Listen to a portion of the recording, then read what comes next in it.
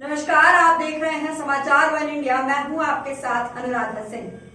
अक्सर ही आप मुझे नेताओं अभिनेताओं का इंटरव्यूज लेते हुए देखते हैं, लाइव आते हुए देखते हैं, रिपोर्टिंग करते हुए देखते हैं और पॉलिटिक्स से जुड़ी खबरें आप तक पहुंचाते हुए देखते रहते हैं। लेकिन आज मैं अपने चैनल के माध्यम से, जी हाँ, समाचार वन इंडिया के माध्यम से आप सब तक एक अहम जानकारी पहुंचाने के लिए हाजिर हूँ। ग्लेनमार्क कंपनी, जिसने कोविड टाइम में सबसे पहले कोविड की दवाई बनाई थी, जिसका नाम फैबिफ्लू था, उसी कंपनी के रिस्पायरेटरी ब्रांच ने डिगिहिलर जैसी और निंडानिप जैसी दवाइयां बनाई हैं और अब ये एक ऐसी दवाई सामने लेकर के आ रहे हैं जो कि अस्थमा और दमा जैसे मरीजों के लिए एक वरदान के रूप में सामने आएगी, जिसके बारे में हमें बताएंगे ग्लेनमार्क कंपनी के मेडिकल रिप्रेजेंटेटिव आशीष सिंह।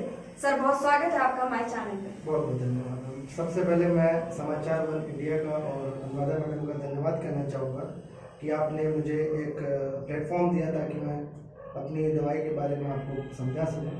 तो जैसे कि आपने बताया कि दमा और अस्थमा के जो मरीज़ होते हैं उनके साथ सबसे बड़ी जो समस्या देखी गई है उनकी सांस फूलना, रात में उनको दिक्कत पहुँचाना, रात में उनको दिक्कत आना, और सबसे बड़ी प्रॉब्लम होती है जब वो सवेरे सो करके उठते हैं। तो जब वो सवेरे सो करके उठते हैं तो उनको सबसे ज़्यादा अस्थमा के सिम्टम्स होते हैं, मतलब उनको लगता है कि उनकी सांस फूल रही है, उनके साथ दिक्कत होती है। उससे पहले मैं आपको बताना चाहूँगा कि भारत, इंडिया को COPD कैपिटल ऑफ वर्ल्ड कहा जाता है। COPD अगर हम बात करें तो chronic obstructive pulmonary disease, asthma का और भी भयावह रूप आप कह सकते हैं, उसे हम COPD कहते हैं। तो आप समझ सकते हैं कि अगर भारत को पूरे विश्व का COPD कैपिटल कहा जा रहा है तो इसका मतलब कि यहाँ पे सांस के मरीज कितने ज़्यादा होंगे। तो भारत में सबसे पहले हमने देखा गया है कि जो पेशेंट्स होते हैं उनको जनरली भी अगर कोई डॉक्टर दवाई प्रिस्क्राइब करते हैं तो उन्हें थोड़ा सा आराम मिल जाता तो वो दवा बंद कर देते हैं। उनको लगता है कि हमें आराम मिल चुका है और हम दवा बंद कर देते हैं। अगर उनको ज़्यादा दवाई लिखी जाती है तो वो खाने से कतराते हैं कि अरे मुझे डॉक्टर साहब ने बहुत ज़्यादा दवाई लिख दी है, पता नहीं इसका क्या साइड इफेक्ट होगा या क्या इफेक्ट होगा, तो वो भी बहुत से कतराते हैं। तो ग्लेनमार्क फार्मा, जैसे आपने बात करी, मैं ग्लेनमार्क फार्मा में देहरादून में बेस्ड हूँ, मुझे 4 साल हो चुका है रिस्पायरेटरी डिवीज़न में। आपने देखा होगा कि सबसे पहले कोविड टाइम में भारतीय बाज़ारों में फैबिफ्लू नामक दवाई ग्लेनमार्क फार्मा ने लॉन्च की, जो कि कोविड पेशेंट के लिए एक वरदान कह सकते हैं या एक आशा की किरण कह सकते हैं कि उनको काफ़ी ज़्यादा रिलीफ मिला और काफ़ी ज़्यादा वो मार्केट में लॉन्च की गई। उसी चरण में हमने आगे बढ़ते हुए निंडानिप नामक दवाई लॉन्च करी, जो कि कोविड पेशेंट को बाद में, मान लीजिए किसी को अगर कोविड है और उसके बाद उनके लंग्स में अगर इन्फेक्शन हो जाता है तो हमने निंडानिप, जो कि भारतीय बाज़ारों को छोड़ करके बाहर विदेशों में मौजूद थी, काफ़ी महंगी दवाई थी, लगभग 60 से 70 हज़ार रुपये की पड़ती थी, वो हमने भारतीय बाजार में 4 से 6 हज़ार रुपये के बीच में लॉन्च की, जो कि पेशेंट्स को काफ़ी फायदा पहुंचा। अभी भी मार्केट्स में वो अवेलेबल है। उसी कड़ी में अगर हम आगे चलें तो हम जस्ट अभी हम लोग लेकर के आए हैं वाइलोरेफ, जिसमें कि फर्स्ट टाइम इन इंडिया हम लोग लॉन्च कर रहे हैं दवा की, ऐसी दवाई जिसको कि पेशेंट को दिन भर में एक बार लेना है। मतलब वो एक बार लेगा, उसको दिन भर आराम रहेगा, रात भर आराम रहेगा। तो एक तो उसकी जो मानसिक स्थिति है कि हाँ मैंने दवाई खा ली है, मैंने एक बार खाई, मुझे कोई ज़्यादा बीमारी नहीं, मुझे आराम मिला, उसमें फ़ायदा होगा। दूसरी चीज़, उसको बार बार दवाई नहीं खानी पड़ेगी।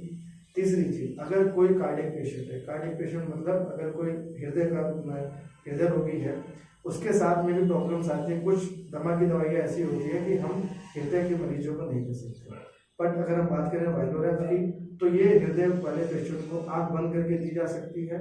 और इस दवाई के साथ ये भी देखा गया है कि जो हृदय के पेशेंट हैं ये उनको इफेक्ट करता है, मतलब उनको और ज़्यादा इफेक्ट प्रोवाइड करता है ताकि उनको आराम मिले और उनके हार्ट जो है प्रॉपर काम कर सके।